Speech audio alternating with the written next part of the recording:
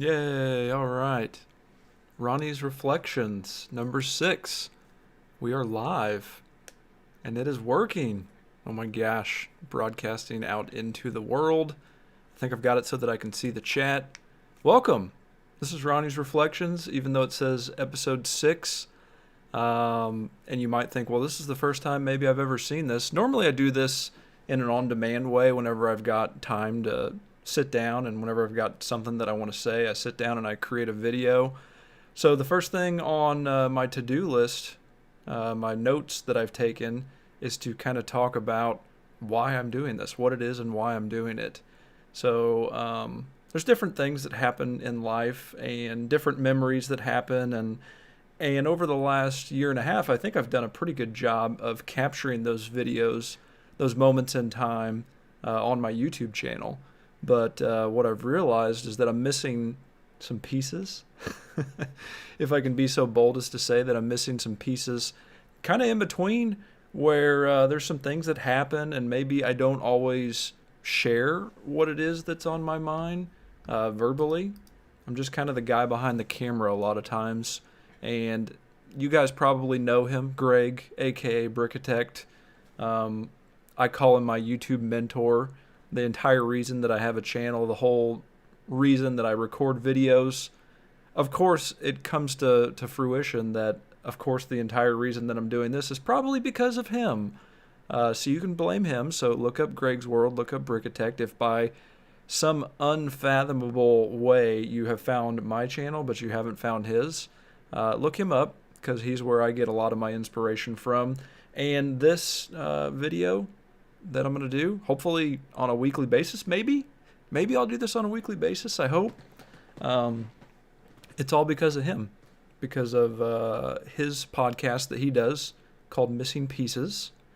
And I'm hoping to do the same thing, basically. I want to be able to capture those moments in my life, those kind of in-between times. I'm going to cover a lot of stuff that just doesn't even make it into the vlog because for whatever reason, maybe it's uninteresting, maybe it's stuff that I can't film, maybe it's stuff that I don't want to put in the vlog, and it's just things that I want to talk about.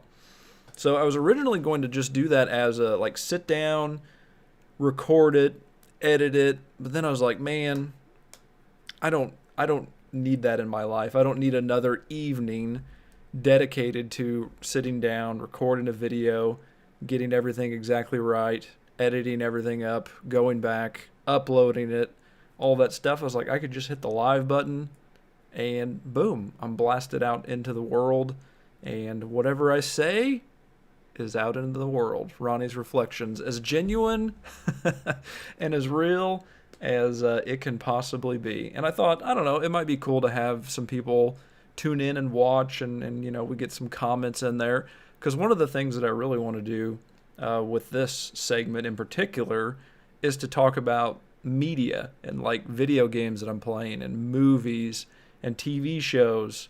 And I think it'd be fun to talk about that stuff and kind of get some hot takes from people in the audience to see if they feel the same way that I do, or if they just think that I'm absolutely crazy and I don't know what I'm talking about. So hopefully, the audio levels are moving around. It's picking up things. I can see myself on the YouTubes. It's going around. We've had one person watch so far for an entire 5 seconds. I don't know that 6:50 in the evening is prime time for doing this, but it was whenever I had time, and I'd like to start, kind of making it a regular thing if at all possible. So yeah. Let's move on down the list and start knocking off some of these things, because there are a lot of things. Can we get a little bit fancy pants? I don't know if it'll let me show. Okay, there we go. So that's the screen that I'm looking at, if you guys are wondering. So we get to see all of the lovely little YouTube things up there, and here's where the chat would be, and then here's my outline, which is really what I wanted to show you guys, is my outline. So my sections are, I think I'm going to have a dedicated section every week just to kind of share my thoughts on my son Beckett. Because again, sometimes maybe that doesn't come across in the videos. So I thought that would be kind of fun. And then talk about some stuff I watched, stuff I played. Got to cover something in the world of Lego, because that's a big part of my life. And then working from home, or just work stuff in general. And then just other random stuff that's maybe occupying space within my mind throughout the week. All right, back on this page. I don't think I shared my stream key, so that's good. My current bit rate is lower than the recommended something another. Okay, well, I don't know how to fix that, so... Hey, this is a journey. I don't know how it's going to look. I don't know how it's going to sound. But hopefully the audio will be okay, if nothing else. I mean, this is what you're going to have to look at if you're tuning into this at some point. So sorry for that. But anyway, on to the first segment. It is thoughts on Beckett. I wrote down 3 things, kind of 3 summarizing things that really struck me this week about that dear old son of mine. He's big and heavy. Oh my gosh. This past week, whenever he was over here, he was really wanting piggyback rides. So I made a deal with him that I would give him a piggyback ride after school. If he would give me a piggyback ride the next day after school. And I almost regretted that decision because my gosh, that kid he's that boy thick. I think the kids are saying that now. That boy thick. And so I gave him a piggyback ride. I survived. I was out of breath. I'm terribly out of shape, so no real surprise there. But then the next day it was really cute. He was like, I can't give you a piggyback ride. There's just like no way. So I got on his back and I was like, all right, just take one step. And I acted like I was putting all of my weight on his back. When in actuality, I wasn't, of course, because, he's 5 years old. And he took like a little half step. And it was really cute. I think we fell to the ground and just laughed about that, and that was awesome. So that's my first thought on Beckett. He is large and heavy. He hasn't been to the doctor in a while, but he's always been in like the 95th percentile for height and weight. It's pretty wild. Hey, my buddy Michael joined. What's up, Michael? Hope you're doing well, buddy. How's the video and the audio since I've actually got somebody that tuned in? Appreciate that, man. Ooh. When you go to take a drink and you're expecting it to taste like something else. I thought it was going to be Propel because that's usually what I have, but it was just plain old water. My next thought on Beckett, he loves to chase the cat. So whenever we got this cat, Beckett gave it like 16 names. Titan James Lizard Cat Williams, I think is what he named it. Originally the cat's name was Catson. I wanted to name him Mellow Yellow, so he has like 1,200 different names. And Beckett loves to terrorize this cat, and I was kind of the same way at his age. So, like, I tell him, don't be mean. Like, you guys have seen the videos of what he does to poor cats and Titan James Lizard Cat Williams on a daily basis. But this weekend, I decided that the Titan needed to go and live outside again or in the garage because he jumped up on me. I was just sitting on my recliner. I woke up, I think it was Saturday morning. I was wearing this blue hoodie, a lot like this one, but it was blue. He jumped on me. He was on me for like a second. And then I looked down, and I am just covered in cat fur. I had never seen so much cat fur in such a short amount of time. So I didn't freak out. It was okay. I was fine, but I decided that he probably would be better suited outside. One, for the cat fur, like the selfish reason there, but two, so Beckett wouldn't be tempted to terrorize him, I guess. Like he likes to chase him. He likes to roar at him very loudly. Like he doesn't, like hit him or do anything super evil, but he's also not like, I guess, the nicest pet owner that ever lived. So Titan James is safely in the garage right now. Every evening I go outside and I invite him to come back in. He doesn't really want to come back inside. Like, he doesn't want to spend nights in the garage. I think he'd rather stay outside, but I just don't like the idea of him being outside when it's that cold. So he's in the garage. He's got a super comfy cat bed, and he's away from Beckett whenever Beckett's here. So I think that's okay. It's all good. Michael says the audio sounded good, and no, he said he's good and the audio sounds great. Well, I hope that you're doing great, more than just good, buddy. My third thought on Beckett, he is almost over sucking his thumb. Oh my gosh, he has been a humongous thumb sucker as long as I can remember, like I'm sure he was 1 year old whenever he started sucking his thumb. He was into binkies a little bit, really, really early on into his life, but it quickly went on over into the thumb sucking realm. And ever since then, he's loved it. Well, we took him to the dentist maybe 2 or 3 months ago, and the dentist was like, "Yeah, it's probably time." He's 5 years old, needs to stop sucking his thumb if he wants to make sure that he doesn't have any issues moving forward in his life and need braces and just all kinds of other bad stuff that could happen, with like prolonged thumb sucking. So he's not sucking his thumb very much anymore. His mom and I talked about, like how can we do this? Because incentives have always worked with him. That's how we did potty training. But any kind of incentives with him really didn't seem to matter because it wasn't. I don't think he was doing it for comfort anymore. It was just like out of routine. So like he would do it and not even realize he was doing it. So we found this stuff on Amazon and it makes your fingernails taste like doo doo. Apparently, I didn't try it. I should have. But we put that on his thumb, and like that first night, I guess he was at his mom's house. And she said that he woke up the next day and was crying and was like, "My thumb tastes really bad." So apparently that's going to be very effective because that's been 2 or 3 weeks now, and I don't ever see him sucking his thumb while he's awake. The only time I ever see him sucking his thumb now is whenever I go to wake him up in the morning. And again, I think that it's not a comfort thing. It's just he's not even thinking about it. He's just in the routine of doing it. So he's almost over that, and I'm excited because whenever I was a principal, I had this one kiddo that was still sucking his thumb in kindergarten, was still sucking his thumb in first grade, and it was just kind of like, come on, dude, like it's probably time to stop doing that kind of stuff. So I'm excited for Beckett that he's growing out of that. Excited and kind of sad because he'll never go back to that again after he stops, and that's just another thing on the list of things as a parent that, once your kids grow up and stop doing it, they're never going to do that again. They're never going to be that age again. They're never going to do those things again. So it's cool and it's sad at the same time. Michael said that he is noticing that in the videos. The boy does like to suck his thumb. Yes. So hopefully we're gonna get over that little molehill and move on to greener pastures. All right, let's talk about some stuff that I watched. I'm gonna try really hard to not do any heavy spoilers on these things. I want to just kind of mention the thing that I watched and just kind of give a really general overview on whether I liked it or not. And also, I thought that it would be fun to give everything a rating.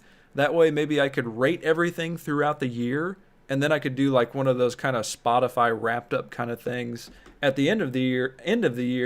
And it would make it really easy to just look at my list and be like, okay, here's all the movies that I gave 5 out of 5s to. Here's all the games that I gave 5 out of 5s to. Now I'm going to whittle it down to my absolute favorite movie, my absolute favorite game of the year.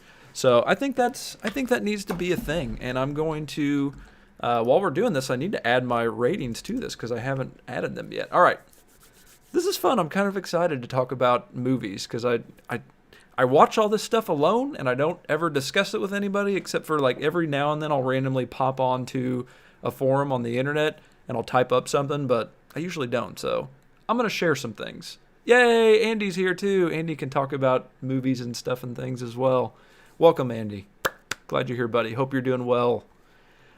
All right, stuff I watched. First on the list that I watched most of the movie Dune. I'd never read the book. Visually, I thought that the movie looked super attractive, but I was completely lost through that entire movie. I mean, I really did not, I didn't put anything together really of what was going on, from minute to minute. Visually, again, just stunning, beautiful. I love movies about space. This was kind of sort of a movie about space. I think that if I would have read the book, and that's kind of what I've read about Dune, is that if you've read the book, if you've read the series, then you're going to kind of understand what's going on in the movie. But people that just watch the movie and have no back knowledge about the books, they kind of have no idea what's going on in the movie. All right, Michael says him too. Yeah, he said it was confusing. Okay, hey, we've got our first win in the stream because I'm glad that I'm not the only one, that there's an actual person in real life that feels the same way about that movie. Like, it looked cool, and I love all the actors. Oscar, I can't remember his name. He played Poe Dameron in Star Wars. And then the younger guy that was in the leading role, he was awesome in it. The CGI was fantastic in it. I mean, giant space slugs and people with beautiful blue eyes. It was cool, but like Michael said, confusing. Dune, D-U-N-E. Andy thought that I said Doom, which I have seen Doom. I've seen all of the Dooms because I'm a big video game fan, and none of those are any good. But yeah, so that's Dune. I need to move through these kind of quick because I've got 4 more movies to cover. I've got like 5 or 6 games to cover, so I'm gonna be kind of rapid fire. Thank you for saying his name, Timothy Chalamet. What a last name! Like that's very nice, Timothy Chalamet. Very nice. All right, the next movie I watched was Home Sweet Home Alone. This is the latest, I guess, in the Home Alone series, and I hated it. I really did not think that I would hate it going into it, but there were a couple of things that I just could not get over. Ellie Kemper. I love Ellie Kemper. She was in The Office. She played Erin in The Office. She was the receptionist. Just a delightful human being. And the way that they twisted it around and made her and her husband the bad guys, I just didn't like that. I couldn't get, like, it was weird because I wanted to root for them in one way, and in another way I was like, they're bad guys. They're doing bad things, but their house is going to go away. Like, felt very mixed about it. Super mixed about it. So I don't know. I just didn't like. I liked the 2 references to the original Home Alone movie. They had Buzz, Kevin's brother. He was in there as a cop, and he had a couple of lines acting. That was funny. And then McAllister Security was the name of the security company that took over the house that was kind of like being broken into. And I thought that was a great reference. So it kind of lets you know what Kevin got into. It's like, oh, like he did all these traps and everything, and so obviously he's really good at home security. So I thought that was kind of cool. All right, chat. What did I miss here? Oh, Chalamet. What did I say? I don't even know. Don't make me pronounce things. I'm just a redneck from Kansas. I did watch her in The Unbreakable Kimmy Schmidt. I didn't see every single episode, but I did enjoy the show of that I watched. Andy said, on the contrary, I like it. Watched it like 5 times already. Dune. Whoa, are we talking about Dune or Home Alone? I'm thinking you're talking about Dune. Wow. If you're talking about Dune, we need to know if you read the book first, because I think that's like the biggest barrier for people enjoying that movie or not. All right, we'll come back to that one. Spencer. No. Did I watch Spencer? Which one was Spencer? Is that the yeah, okay, that is. That's what's her name? Kristen Stewart. Kristen Stewart as Princess Diana. I forgot that it was named Spencer. Very odd name for a movie. So I did watch Spencer from beginning to end, and dang it, I forgot to give ratings to these movies. Okay, so my scale is 1 to 5. Maybe I should do 0 to 5. 1, 2, 3, 4, 5. No, 1 to 5. Can't get a 0. I'm going to give Dune a 2. I didn't hate it. Visually it was good, but I didn't hate it, so we'll give it a 2. Home Sweet Home Alone, again, I didn't hate it. It had some good stuff in there, so I'm going to give that one a 2 as well. Spencer is also going to get a 2 rating. Kirsten Dunst, oh my gosh. Kristen Stewart, fantastic in it. Just like Michael is saying, she's favored to win the Oscar for Best Actress. Yep. She was fantastic in it. I mean, if you have seen the Queen season, whatever the most recent season is, I want to say season 4, they have another actress in there that plays Princess Diana, and honestly, I thought that she did a better job. She's just not Kristen Stewart, and she wasn't in a movie. But Kristen Stewart, yeah, she nailed that role. I thought it was fantastic. I guess the reason that I didn't enjoy that film too much is just because it's a really sad story. There's not a whole lot of redeemable things about it. So if you're into watching things that are like kind of true life-ish and depress you a little bit, Spencer might be the movie for you. I'm really fascinated in the idea of the crown and what those people's lives are like. I think that it's I think that it's wild and crazy that that still exists in today's culture, and so anything that kind of looks into that is going to catch my interest, and so I'll watch that stuff. So a lot of times I'll watch movies in 2 to 3 sittings at least, just because my attention span is pretty much zero, or I fall asleep because I'm an old man. I'm gonna turn my heater off, man. I'm getting hot in here. Cranking up the heat. But yeah, so with Spencer, I watched it in I think 2 different sittings. I was kind of waiting for some more happy moments to happen, and it just never came. And so we all know, ultimately what happened to Princess Diana, and it was just a big fat tragedy, and that's kind of what this movie is 2 hours of a big fat tragedy played out in real life. So, oh, Andy was talking about Home Sweet Home Alone. Yeah, I mean, I don't know, like the British kid, I had trouble with the British kid. I didn't understand why he was British, and he really reminded me of Ralphie from A Christmas Story, like his face. He looked like Ralphie from A Christmas Story, and I had a hard time getting past that. And then the dad, I kept associating the dad as the dad in the Modern Family. He was like pretty much the same character as that guy, only I wanted that guy in Modern Family to play the dad, because that's who I thought it was. Thanks, Andy. Have a good dinner. Talk later, buddy. So yeah, that is everything on Spencer that I need to talk about. Next thing that I need to talk about is Final Space. So Final Space is an animated show that one of my video game buddies told me that I should check out. It's kind of in the same vein as Rick and Morty.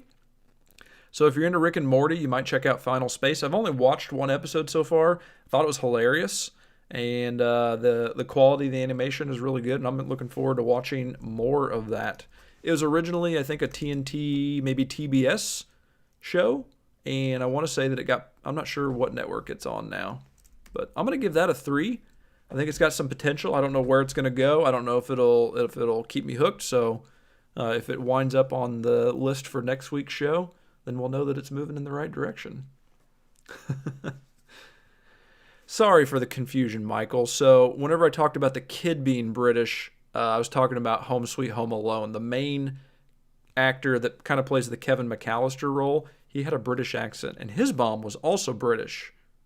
So that kind of threw me for a loop. But yeah, you're right. If we were talking about Diana and her being British, then that would have made sense. But because my brain goes in like 17 different directions, I didn't connect all that together well. Sorry about that. All right, last but not least, what I watched this week. I'd like to listen to stuff while I'm building Lego. I've discovered that you guys might have noticed that I haven't done any more live streams and build Lego. And that's because I find that really difficult to do. Watching the Chiefs game, monitoring the chat, building something in Lego. Men in general, I don't think can multitask very well. And I'm not real great at that. So that's why I haven't done any more of those kinds of live streams. So instead, whenever I have been building Lego, I've been listening or watching to Bill Burr and Dave Chappelle. And they are like so polarizing. The things that they say, and like there's like 2 sides of the coin, right? They always say, well, it's comedy and it's just a joke. And then on the other side of things, people are saying, yeah, but the things you're saying are offensive and they're hurting me and they're hurting others. And so because of all of that noise that I was hearing in the media, that made me want to kind of be more well-informed as to what was going on with the stand-up.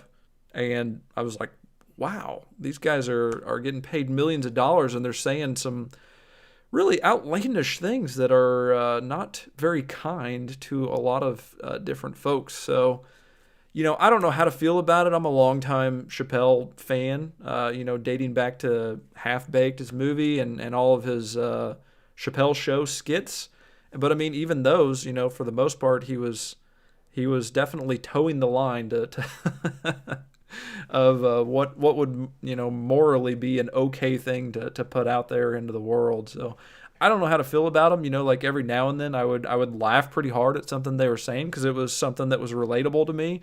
But I don't feel good about listening to somebody talk about somebody else in a demeaning way, if that makes any sense. So Bill Burr and Dave Chappelle stand up. I guess I'll give those guys a 2.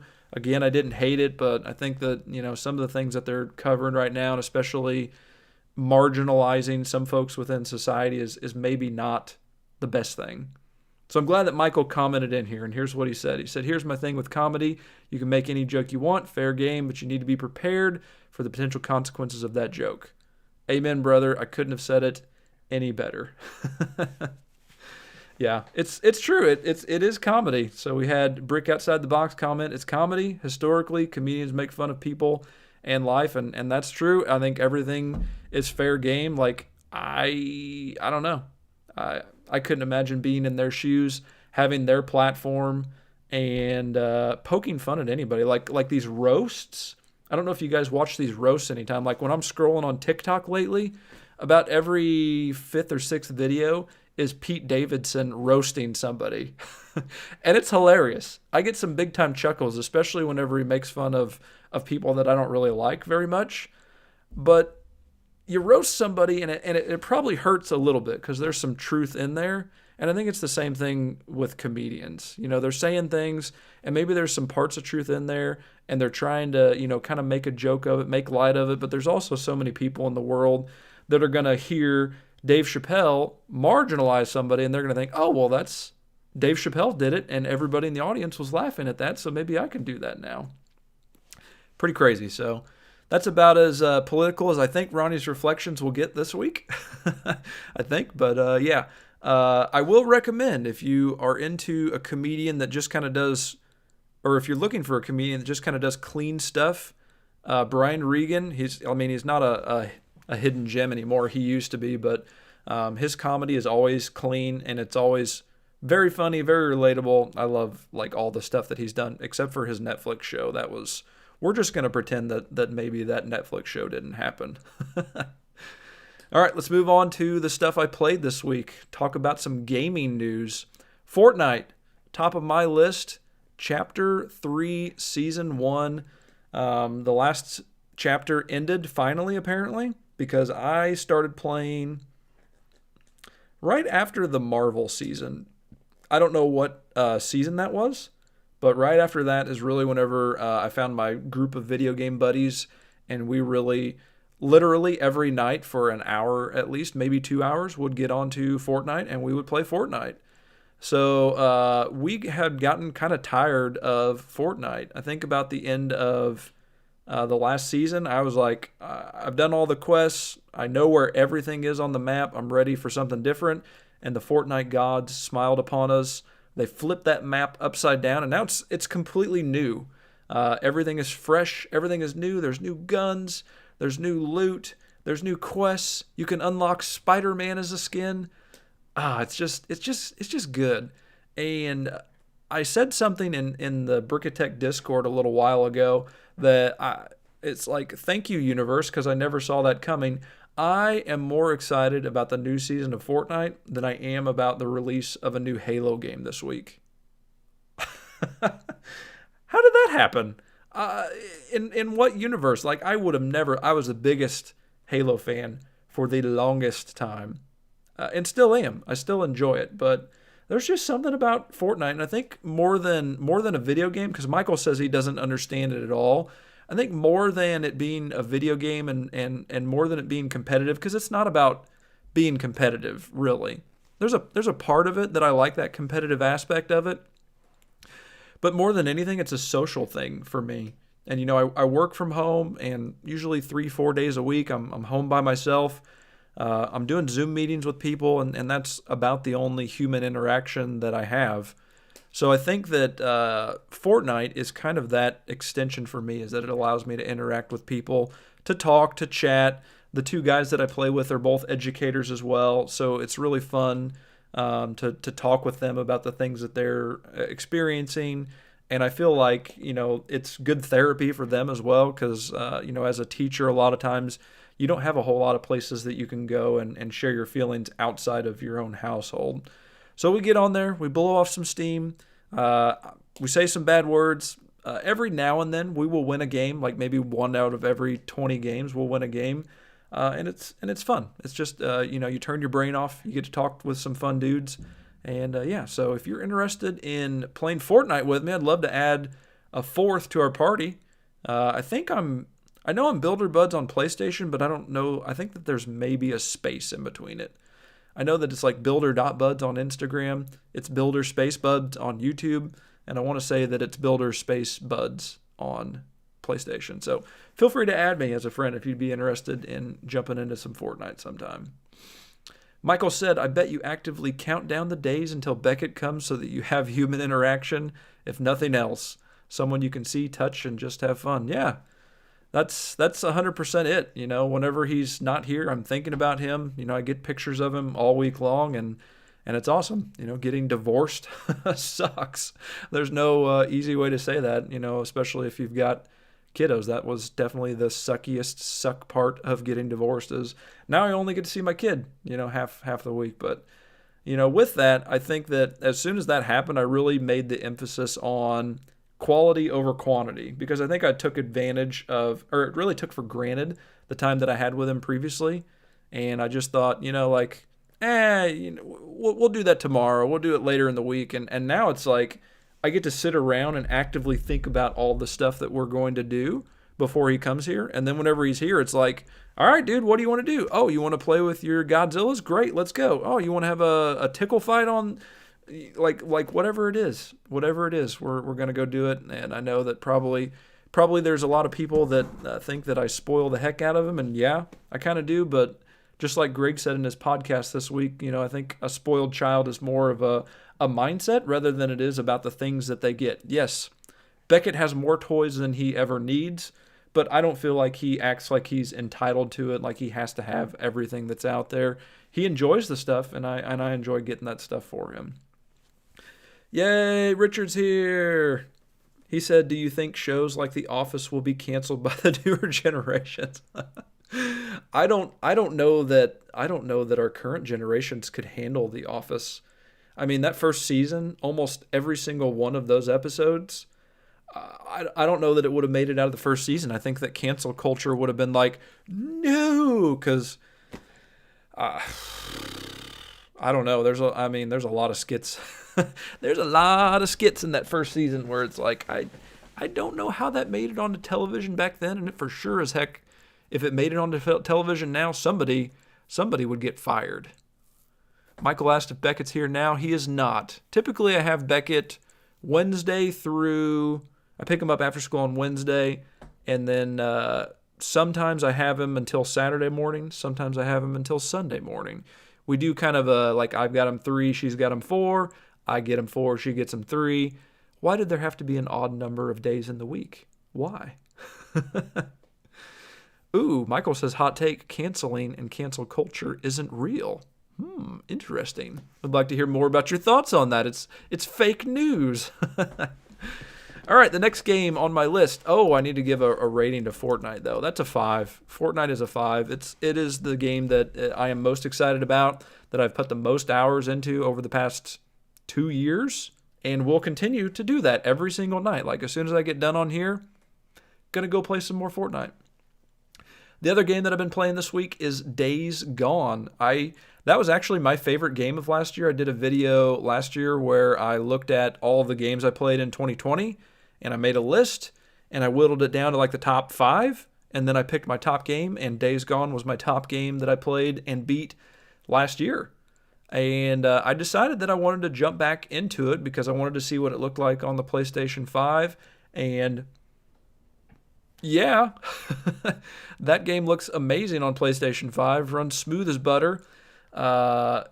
If you guys don't know this or not, I do love me some zombies and some shooting of some zombies and some collecting of resources and leveling up your character, and that game has all of those things.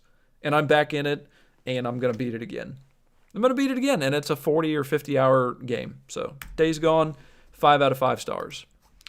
Beckett and I beat Mario 3 on the Nintendo Switch, and that's the first time that I've ever beaten Mario 3, and the only reason that I beat Mario 3 is because of the rewind feature on Switch. And so, yeah, I cheated. I did. I just can't imagine beating those original Nintendo games without that rewind feature. But that rewind feature, it's nice. I think that it would have made me a lot, maybe a softer gamer if I would have not had that throughout my life. But maybe I would have enjoyed games more, because that was kind of the thing about Nintendo games back in the day, is that if you got stuck on a level, then you were stuck on that level and you could maybe never progress past that. And regular Nintendo games were like $50, $60, $70. So it was a pricey endeavor in order to get into a Nintendo game. And a lot of times, you'd get stuck and you'd be like, well, I guess I'm only playing an eighth of this game. And so Michael calls me a cheater in the chat, and like, you're darn right. Shame on me. I am a cheater. But I wanted to see the end of Mario 3, and I'd never seen it, and now I've seen it. Last week, it was Mario 1, the original. Now I have conquered Mario 1. I started Mario 2, and that game is horrible. I do not like that game. So even with the cheats, no. So Mario 3, I'm going to give it a rating of 3. It's above average. It's really repetitive. All of the levels are really short, and there's a lot of repeating stuff in there. Like the bullet hell levels, like the Bowser's airship levels, those are impossible. I mean, you've got to just put so many hours into that game in order to even beat those, I think, without having the rewind feature. So I'm going to dink it a couple of notches because it's so difficult. Yes. Richard says Mario 2 is a cult classic, and I totally get that. And the cult is apparently not one that I am following. The music, and I just became really frustrated with it, especially in moments where you had to grab the key and the little shiny face would light up and it'd get all pissed off at you, and it would shake around the screen and it would chase you down. And even with the rewind feature, I was having to rewind it so many times just to get through like these little bitty segments. So I totally respect it as a thing. I love that they went a little different direction with it. It is a cult classic, so it's definitely got its people that follow it. But yeah. Tried on the Game Boy Advance. Well, now what would be different there? So the version I played was the Mario All-Stars version. I think that I would probably break a Game Boy Advance if I played that thing on Game Boy Advance. It'd be like, frustration, anger, goodbye. I've never thrown a console or a controller, but that might be the one to get me to go there and do it. Next game on my list is Mario Rabbids.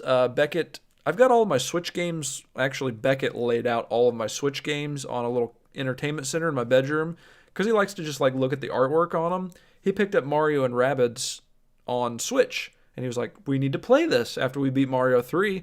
And I said, I would love to, little buddy. I love that game. I can beat that game without cheating. It's very fun.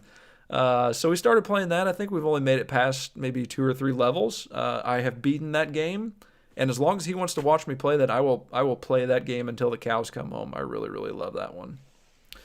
Next game on the list, Halo Infinite Multiplayer. Back in the day, I don't know if you guys know, you're in the company of some pretty elite gamer, professional aficionado, however you want to say it. I was a level 49 in Halo 2 in Double Team. Me and my buddy Andy, we used to play Halo 2 every night, a lot like I do the Fortnite now. And Halo 2's leveling system was pretty punishing because if you won a match, you could move up a level. If you lost a match, you could potentially lose 2 levels. So it wasn't like you continued to move up no matter what. Based upon your performance, you moved up. And the highest level that you could achieve was 50. We were on level 48 for like 2 years. Then we won like 3 or 4 matches in a row. We got to 49. And we felt like we were going to do it. And I don't know if we stopped playing or what happened. We might have lost a match and gone down another level and just felt demoralized and defeated. And so we never went back to it. But I was pretty good at Halo 2 back in the day. I put a lot of hours into that game. Halo Infinite, gosh, it's so smooth. It feels so good to be back in the Halo universe, throwing grenades. And not just like on Call of Duty where like you shoot at somebody and they die immediately. Like every gunfight has some weight to it. You get into a fight with a person and you're shooting at them. You're throwing headshots into them. They jump out of the way. They throw a grenade at you. You switch over to your pistol. You pick them off from a long ways away. Like, oh, every kill feels super satisfying. Super satisfying. And it's really fun. I mean, it's free to play. So if you have an Xbox I think it might only be on the new consoles though, might be the barrier. But it's in Game Pass. The campaign comes out on Wednesday. I'm excited to play through it. It got a 9 on IGN. They said that it was fun, but there wasn't much variation within it. I didn't give Rabbids a review either. I'm really bad about that. I'm going to give Rabbids a 5. It's a 5 to me. That's a fun game. Halo Infinite multiplayer, I'm going to give it a 3. It's fun. I just haven't found my tribe yet. And I think in order to really have fun in an online game, you need to have a group of buddies that you play with. That way you can communicate and you've got somebody that you can share that experience with and be like, oh, I saw that kill. That was so awesome. Or, like things like that. Things that you can go back to the lobby and regale on your past experiences. And I haven't found those folks yet, but I need to play it more in order to find those people, I guess, because my 2 buddies that I play Fortnite with only have PlayStation. So, wah, wah, wah, sad me. Richard said that he played Fable while everybody else was playing Halo. Why can't you play both, buddy? I love Fable. I agree. Michael said that he loves Fable as well. That original Fable game, you talk about an all-time game. I need to go through and make like an all-time favorite top 10 game list. That probably is on my all-time favorite top 10 list ever. And I've got kind of a funny story. I don't know if it's funny to you guys, but I remember whenever that game came out, I was working at Walmart in the electronics section at the time. This is really bad. I don't know why. Well, I know why I did this. And Fable came out, and we only got 10 copies. Well, the first 7 copies sold immediately, first thing in the morning. I'm working a 7 to 4. I know I'm getting off at 4, and I really, really, really want to play this game. This isn't a time where, back in this time, which was like, I don't know, early 2000s, when you could just get on the internet and have it shipped to your house the next day. That wasn't a thing. Pre-ordering games really wasn't a big thing back then either. Or maybe it was and I just missed the boat on Fable. So we sold 7 games immediately. Then 2 more sold and we only had 1 copy left. Well, I might have grabbed the last copy out of the case and hidden it behind the register. So none of the other customers could buy it, so I could buy it whenever I got off my shift at 4 o'clock. Oopsie. But I got my Fable game. I played through the whole thing. And I don't think I ever played through Fable 2. I know I didn't play through Fable 3. Lost Chapters, yes, as Richard said in the chat. Whew, good stuff. That was like really the first game where it was like a true role-playing game for me that I played anyway, where I felt like all of the decisions that I made had some gargantuan weight to them. And so if I was going to be a naughty boy and steal the pie from the windowsill, that was going to make me evil at some point. And I don't know about you guys, but whenever I have the choice to be either good or evil in a video game, I'm always going to pick the evil way, just because that's fun. Okay, Richard said that 2 and 3 were rough as well, so maybe I'll never go back to those. All right, one more game on my list, and then we can move on to the next section. Age of Empires number 4. So I've been an Age of Empires dude ever since Age of Empires 2, I think. I've always loved real-time strategy games, dating back to Command and Conquer on the PC. And I played through Age of Empires 2, Age of Empires 3, Age of Mythology, did all of those, and then like 10 years went by and they didn't release any of those games. And then all of a sudden Microsoft was like, hey, y'all want one of them Age of Empires games again? Oh, and by the way, it's going to be available on Game Pass day 1. Okay. I've got a PC that's not super great, but it runs it very smooth. I think my PC's maybe 4 years old at this point. Buttery smooth runs it. And it's Age of Empires with like some quality of life improvements. I've really enjoyed it. Not just the gameplay, but what surprised me was how much I enjoyed the storytelling within it, because it goes back and it has 4 different storylines.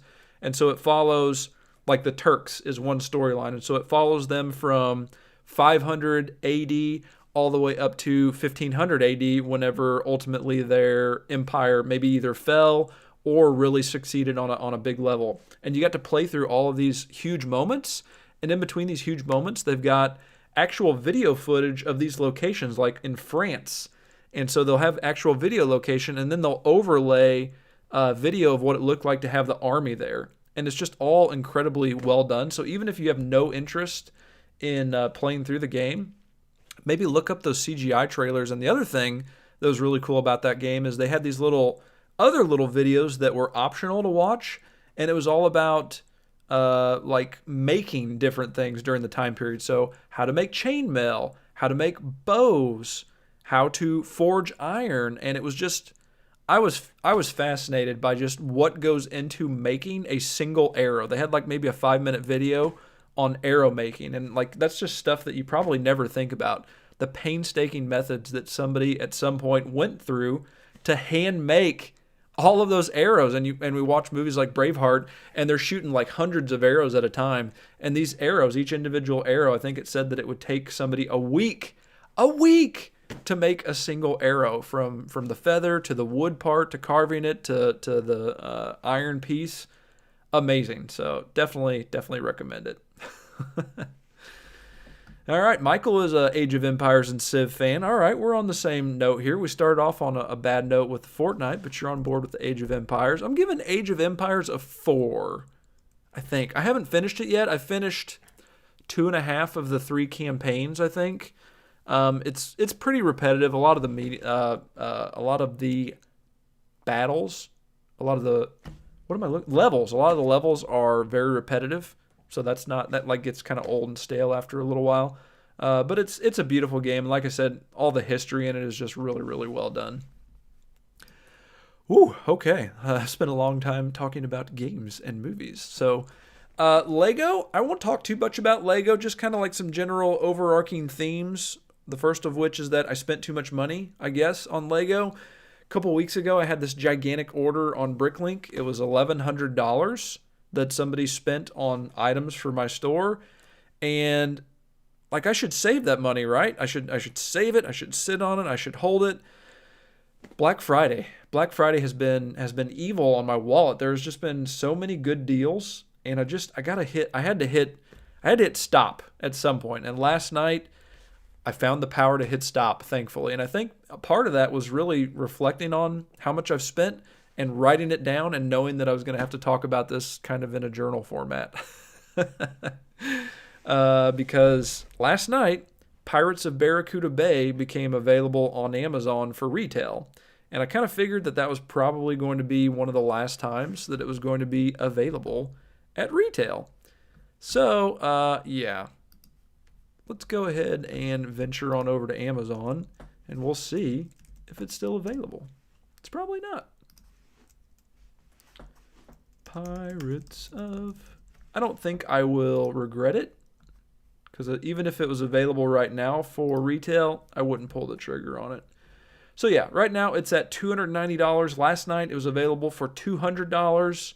It's set to retire soon, but I was able to say no. I am not going to succumb to the Lego. Not going to it. Uh-oh. Richard is looking for Bro Thor.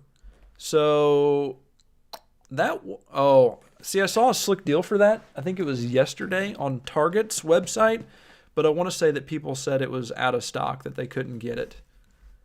Unfortunately. And I'm sure that you have already looked at Target's website to find out if it's available or not. Lego Bro. If I search for Lego Bro, is it going to find it? It is. I forgot to switch over. I'm sorry. Here it is. Looks like you can add it to the cart, and it's on sale. Ship it. Yeah. Richard, get over to Target right now and place an order. What are you doing, brother? I agree. I need this set in my life. I love the minifigures. Fat Thor. Need you say more? You must have Fat Thor, and the fact that it's 20% off. The vignette is quite adorable. It looks like we got a video game on that TV. Look at those controllers. Oh my. I didn't see that before. That's cool. And the newspaper says 5 years after the blip. Dude. And we've got a little pitchfork action there. Come on, Richard. What are you doing, man? Well, thanks for tuning into the live stream. So you can, you can get your money's worth just by knowing that Lego set's available, or I just cost you a bunch of money, and for that I do apologize. Other thing in Lego, just got one other thing to talk about there. Having a blast building.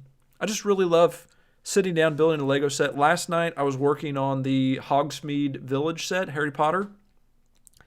Such a gorgeous set. Watching the Chiefs game, building some Lego. It's just super zen. And it used to be whenever I watched a Chiefs game, I would be just a nervous wreck, screaming and shouting at the television.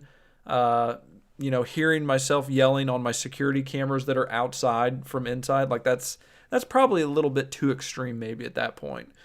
So I've reined it in. I've found that Lego is calming and soothing. It's my happy place.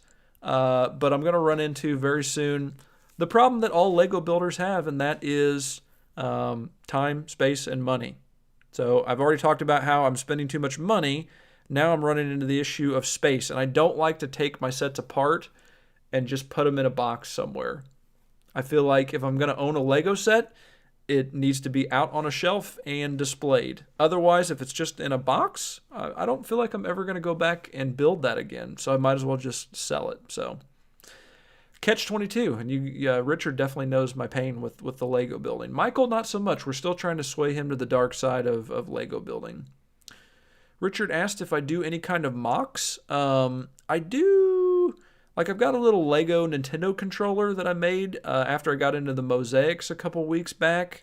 I did that. I really like. I used to really like building like collectible minifigure stands. That's really the only mocks that I do. I think that I've got some kind of mental block with doing mocks where it's like I'm afraid to jump into it a little bit. A fear of failure maybe is a little part of it. But I don't know, like if I just sit down with a random tub of Legos, and I know I said Legos, I'm sorry. If I sit down with a random tub of Lego bricks, then and I try and build something, I always feel like that's not very good. But I know that most mock builders have like a proper workshop typically with all kinds of pieces. A lot like what I've got with my brickling store, and I've got the palette, I'm sure, to build some amazing stuff with the bricks that are available in my brickling store. But the other piece of that, and what Richard kind of alluded to here, is that he said that I love destroying my Lego sets. And he said that I'm not a master builder. Just kidding. I think that that's the other piece of that, is that I've always been e-commerce minded. I started selling on eBay at age 13, and that's just been a passion of mine that I've really enjoyed throughout life. It's, well, what can I buy for this price and then sell for a higher price and make money on it? And like, I don't have any aspirations or anything to do that professionally or do it for a living. It's always strictly been a hobby for me, but it's something that I find a lot of joy in. And I think that if you're going to be a seller on Bricklink, you have to have that, because a lot of times the juice is not worth the squeeze, because it's a lot of work, a lot of labor, a lot of upkeep and maintenance. And I mean, every day I'm packing orders, and I'm thankful for that, because that helps to fund my hobby, but it also takes an incredible amount of time, which takes away from time that maybe other people would be spending doing other things. But I think, like taking apart my Lego set, if I looked at, like, I've got the Pirates of Barracuda Bay right now. And so I've got the issue in my mind of, well, if I take this Lego set apart and I use the parts to build something else, I'm never going to have that Lego Barracuda Bay set again. And I really like that set. And I'm never going to be able to sell it. Like, I don't know, I lose my job. I lose my job. I get fired and I can't find work. What am I going to do? I'm going to sell my Lego Barracuda Bay set for, $300 because it's been retired for a couple of years, and that's what people are paying for a used version of that. And now, I can buy groceries or whatever for a couple of weeks. So that's really, I think, the main reason that I haven't gotten more into mocks. I respect the heck out of people that do that. I think it's really cool what people come up with. There was a comment on my channel a couple weeks, maybe it's just like last week. Somebody was like, you should really get into mocks, and if you did that, I think that your channel would really grow.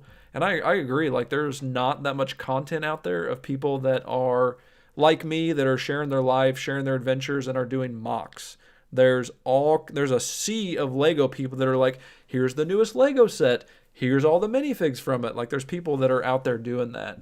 There's fewer people that are sharing their experiences and their life, and there's even fewer people that are like dedicated mock builders. At least I haven't found them. So if you guys know those people out there, send them my way. I would love to find out find more of those people and get inspired by them, because I do. Every time I watch them, I get inspired by them.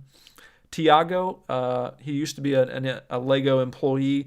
He started a YouTube channel. He's blown up. I think I don't know how many subscribers he's got now, but he does some pretty amazing mock stuff. Very impressed by him. All right, where are we at here? Oh yeah, Michael says, just be careful to not be barefoot with Legos around. Stepping on one of those hurt. They mentioned that, that was like a major plot point in the Home Sweet Home Alone movie. They mentioned it maybe 4 or 5 times. Don't step on a Lego. It's the most painful thing in the world. And I was kind of split on it. I was like, is this a paid advertisement, or did somebody get harmed by Lego at some point in their life and they're trying to fire back at them? I'm not sure. Richard said, I think once Beckett starts really getting into Lego, that mental block will go away and you guys will mock it up. And then he goes on to say, I guess I'll start showing you guys what I build on the side. There we go. Give me some inspiration, Richard. I watch every single one of your videos. I've missed a lot of the shorts because I always intend to watch them on my phone, because that's where I do my commenting. Like, the way that I do it is I'll open up YouTube on my TV. Let me set the scene for you. It's 6:30 a.m. My alarm goes off. I get out of bed. I brew a cup of coffee in my Keurig. Oh, that smells glorious, doesn't it? It smells glorious. Heavy cream, fake sugar. Mix it up with a little whisper, whatever it's called. Words are hard. All right. So I'm in the kitchen now. I'm moving to the living room. I sit down in the recliner. I turn on YouTube. The first thing that I do is I go to my subscriptions page. I look for Richard's dad vlog. Monday morning. I know he's going to post it. It's the first thing I watch. 5 minutes of glory. And it's just 5 minutes. And he does, Richard or Michael, if you're not subscribed to Richard, I would highly recommend you subscribe to him. He puts out a bunch of shorts, Lego shorts currently, but also he does dad vlogs, and it's like real life stuff, like I think you're kind of into. So his videos are real short, like 3 to 5 minutes, and he covers a week in 5 minutes, which is amazing to me. I need to do a better job at that because I blabber on and on again. But he just has like these quick cuts. And he's like, here's my kiddo, Noah, super adorable. Here's what the wife's doing. I'm going to go get her some flowers and be husband of the year and all this stuff. And it's awesome. I love it. So keep that up, Richard. I enjoy it. And I don't know, make more videos. Because I really do. Like you and Brickitect are basically my favorites. And Journal of the Scots. I love watching Journal of the Scots as well. Hey, Richard, we got you a new subscriber. Oh, yeah. Welcome to the Richard Detect Army. I know you guys get up early in the day, because by the time I wake up, I've already got 3 or 4 comments from my normal folks that watch my videos and comment, which is cool. That's an awesome way to wake up every day. So I kind of missed that. My alarm goes off at 6:30. I look at my phone. I go to the restroom because I have to go to the restroom. And then I check my comments and I respond to my comments, and then I make coffee. So I do my comments before coffee. That's how much I love the YouTube audience. Just saying. Michael asked, what trouble did Beckett and I get into this past week? We didn't really get into any trouble, I don't think. We were going to do a live stream Lego building, but I couldn't get the 2 cameras to work. Like, one would work and then the other one wouldn't. So that didn't work out. I wound up just kind of filming the video. Gosh, what did we even do? He was here for 4 days. The days went by very quickly. We really didn't go anywhere. We just kind of hung around the house. Man, I'm blanking. Why am I blanking? See, this is why I record everything, because my memory is god awful. So yeah, I recorded some stuff, and the other part of that too is that I haven't made the videos yet. I recorded all this stuff, and usually I make those videos on Sunday, but I was just so behind on Sunday for some reason. I went and got groceries, and then my vacuum broke, and I was cursing that forever, and I was just so far behind, and it took forever. So I still have like 2 or 3 more videos I need to edit and get ready to go out for the week. Thanks for dropping in, Richard. Appreciate you, man. Sleep tight, Mr. Noah. Have a good one. Okay, I got 2 more categories to cover, and I've been streaming for, there it is, almost an hour. How about that? That's pretty crazy. Time flies when you're having fun. Next category is work. Talking about working from home. I love it. Holy cow. I'm at my work computer station right now because I was like, it's really already set up for streaming because that's basically what I do for a living. I've got my better mic over here. I've got a green screen behind me that's like messing up right now for whatever reason. But I've got all that stuff already plugged in. So I've got lights overhead. I've really made my home studio a very comfortable and productive place. And I hope that my workplace knows that I appreciate that they trust me to work from home, and that they know that I'm busting my hiney to put lots of good content out there for the good educators of Kansas. Because I really love my job. I do. And I think whenever remote working first started, there was some resistance to kind of go that direction, because it was like, well, like, are people really going to work? Are we going to get, are they going to be productive?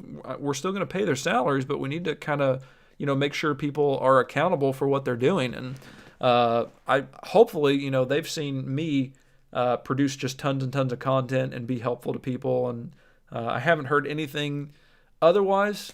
I'm on year 4 of working at my current company, which kind of scares me because previously I was a high school English teacher for 4 years. And then I was an elementary school principal for 4 years. And now I'm into year 4 with doing tech training. So I want to keep this job basically forever. It just makes me happy. It makes me happy to work with technology, to create content, because I create content for a living, not for YouTube, but for a website platform that helps teachers with tech integration. And it just fills my bucket. It makes me really happy to do it. And I just want to keep it rolling and hopefully actually have a year 5 of doing the same thing. So yeah, that's work stuff. It's been somewhat quiet. Like, our busy months are August, definitely. June is somewhat busy with online training, but August definitely, because schools are coming back. They're having me come out there and do training in person. And then otherwise, it's just been making videos, making tutorials, helping as needed, so on and so forth. So I really enjoy it. It's a lot of fun. Michael asked what subject I taught whenever I was a teacher. I taught high school English, 11th and 12th grade English. I taught kind of the remedial English, I guess you would call it, for the 11th graders. I had some kiddos in there that were a 3rd grade reading level. It's pretty rough. And the other class, I taught a senior English that was for kiddos that were maybe not so much on the college track. And then I taught a college level course that they actually got college credit for, which was pretty sweet because I got extra money for teaching that class during my regular teacher contract. So it was fun. Good question. Last but not least, other stuff. Financially, not where I want to be. Not where I want to be. Maybe 2 years ago, like right before the pandemic happened, I had the goal to have my house paid off by the time I turned 40. Well, I'm now 2.5 years away from 40, and I'm more than a long ways away from paying off my house. Now, I have made great strides into it. I've refinanced into a 15-year from a 30-year. I got a much lower interest rate, so I'm making good progress into that. But I don't think I'm going to make that goal of being debt-free by the time I'm 40, especially not with as much Lego as I'm buying. Oops, but I see that stuff as an investment. That's what I'm going to continue to tell myself. So financially, I'm not where I want to be. I've got 2 cars now, which in retrospect maybe wasn't the best idea. I've got a truck and I've got a car. So my truck is a Honda Ridgeline. I love it. It's an awesome truck. I bought it when I had 110,000 miles on it, maybe 2.5 years ago. And then not long after I bought it, I started noticing that my basement walls were caving in. And so I had to have some work done on my house. And that cost $30,000. So that really set me back a lot. I got that loan paid off in a year, which was pretty crazy. So that's done. That got paid off. The truck is paid off, but now it's got like 130,000 miles on it. Gas is $3 a gallon. I've got 2 cars, and I don't really need 2 cars because also I'm not really driving a whole lot for work anymore. My other car is a hybrid. It's a Honda Insight 2010, and it gets 45 miles a gallon. So it's Mechanically, it is still very sound. The only issues I've ever had with it are the tire pressure monitor goes off all the time. Like it just needs to be replaced, or you can just ignore it and not pay $500. So I just choose to ignore it. And also, my tires lose about 5 psi every week. So I have to air up my tires about every 2 weeks. Other than that, that car has been flawless for 170,000 miles. So, yes, thank you, Michael, in the chat. He said, so sell the truck, LOL. And that's kind of what I've been playing around with. And actually, in fact, today I looked into the Kelley Blue Book value of the truck just to see maybe about what I could get out of it. I think I paid $12,000 for the truck, and I could get currently around $8,000 or $9,000 probably by trading it in or selling it. So I'm toying around with that idea. The reason that I bought the truck is that my savings account was in prime condition, and well, like, why wouldn't you just continue to save and like pile more money into that? Because I don't know, I just didn't, regrets, and then the basement happened and all of that. But I bought the truck kind of impulsively. I really needed a wheelbarrow at my house, and I didn't have a wheelbarrow, and I had no way to drive somewhere and purchase a wheelbarrow and get it back to my house. And that's why I bought a truck, because I was frustrated because I couldn't buy a wheelbarrow and get it back to my house. That's a great reason to spend $12,000, right? So yeah. And also gas at the time, I think, was $1.30 a gallon whenever I bought that truck. So it seemed like a no-brainer. Whenever I drove home for Thanksgiving, a piece of the molding, the plastic in the bed, flew off of the truck while we were driving down the highway, like 5 minutes after we left our house for Thanksgiving. Pulled over, was going to go pick it up. One car goes around it because I've got my flashers on, so I'm like hoping that people are going to slow down. Next car, 65 miles an hour, right down the middle of the road, bam, ran right over that piece of plastic. So I don't have a third headlight currently, and it doesn't look super great, but that piece I looked into, it's $500 for a little piece of plastic.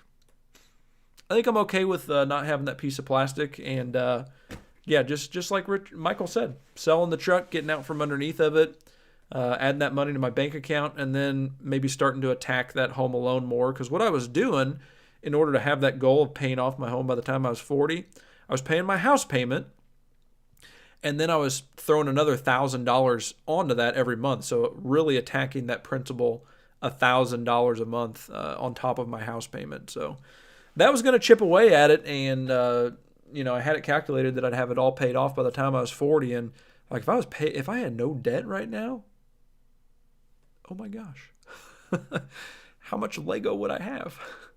I'm sure that I shouldn't do that, but I'm sure that whenever I got everything paid off, I would start looking around at, well, now what can I do with my money? Because I would love to not live in town.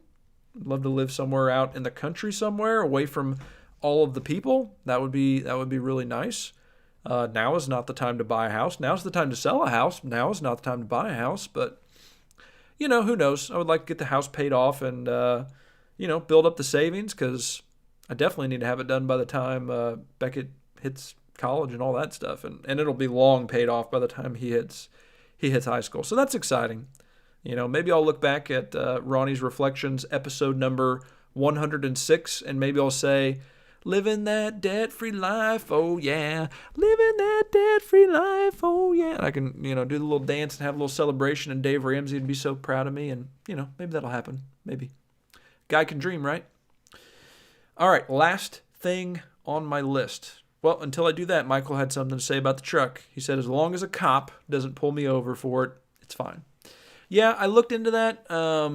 If you have a third taillight on your car, then it should be in good working order. So, I only drive that thing around town. I don't know. It's going to be interesting. I don't know if I'll get a ticket for it, if they'll just warn me.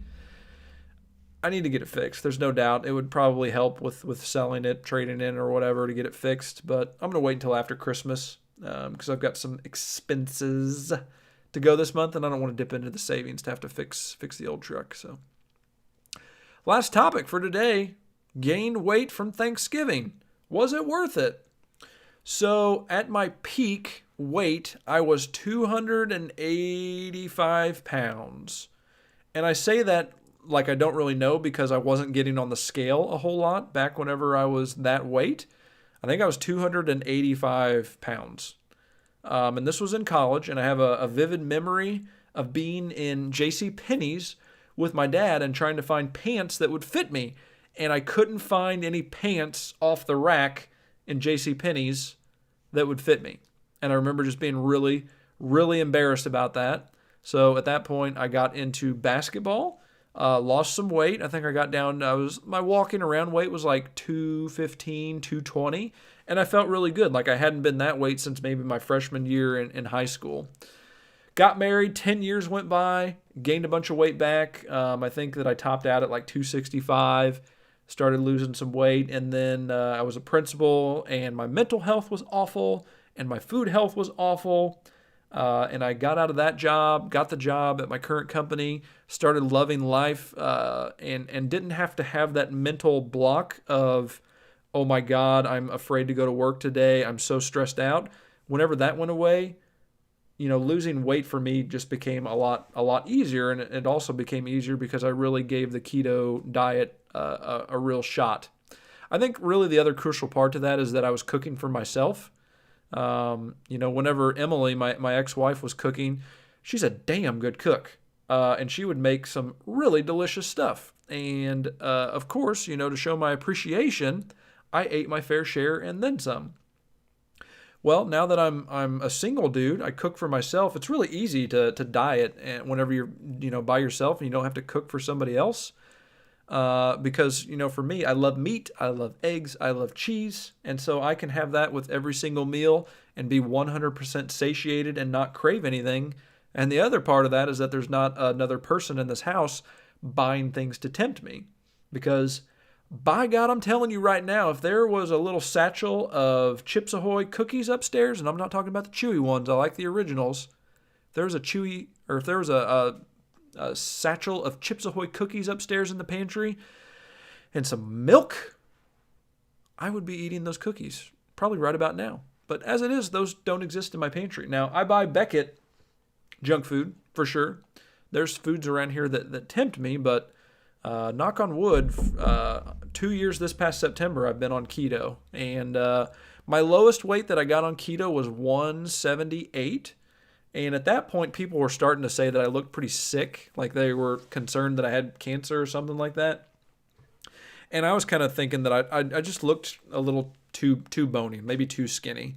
So I didn't really try to gain weight at that point, but I was like, well, I can start to introduce some other foods that are still on the ketogenic lifestyle, but are maybe a little bit higher in calories. Like instead of doing like a keto coffee creamer, I'll do heavy cream in my coffee because that's delicious and it's keto friendly.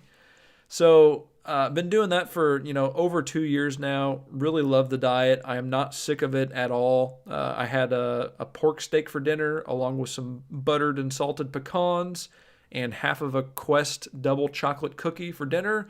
It was delightful. I am still really, really full. And then for lunch, I had a upside down pizza that I made in the skillet. My God, those are so delicious. You put your meat in the bottom of the skillet. You put your cheese on top of that. I've been doing mushrooms here lately. I do a garlic aioli sauce that I get from Walmart. It's Kraft brand. Put your tortilla on top of that. Turn your skillet on high. Let it sizzle. Get it to where the pepperoni's burning basically. And then flip it over. Turn your skillet off. Let it sit in that for a little bit and crisp up that tortilla. And whoo, that is one. I just fold it in half because it's just a low carb tortilla. I fold it in half and oh my God, it's so good. It's so good. So yeah, gained okay, my normal weight hovers anywhere from like 183 on the low side to 187 on the higher side. And so whenever I left for Thanksgiving, I was 185. When I came back, that first weigh-in, I weighed in at 187. I weigh 2 times a week. So that first weigh-in, I was 187. Then the next day, it went up to like 188.9. And I was like, oh no, how did I gain 4 pounds from one weekend? I ate pretty good for Thanksgiving dinner. I didn't go crazy, but I had a little bit of everything. But I didn't have like too much, and I didn't have more than that one sitting. I had 2 instances of pecan pie and pumpkin pie. And of course, that's probably what did it. But since then, I've weighed in again. Actually, this morning. Yeah, that was this morning. I weighed in, and I'm back down to 186, like 0.9, I think. So I've dropped that extra pound and a half, I think it was, that I was up. So back on the ketogenic train. Was it worth it? I think so. Because I think a lot of the weight that I gained was just water weight, and especially just getting right back on. Answer your question. According to airnow.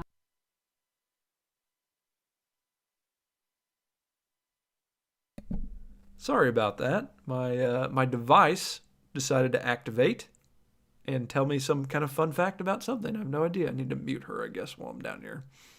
My apologies. But anyway, I think it was worth it. The foods were delicious. You gotta treat yourself a little bit here and there. Still have the good things in life. And it's just a couple of pounds. I'm gonna right the ship right back to where I feel really happy, which is around that 185 mark. And life will be good. All right, Michael, you said a couple of things. What did you say here? You said that's something I deal with. My mental health has improved, and I'm working on the food habits. Yep, so you're right there with me with the food stuff. And the mental stuff, like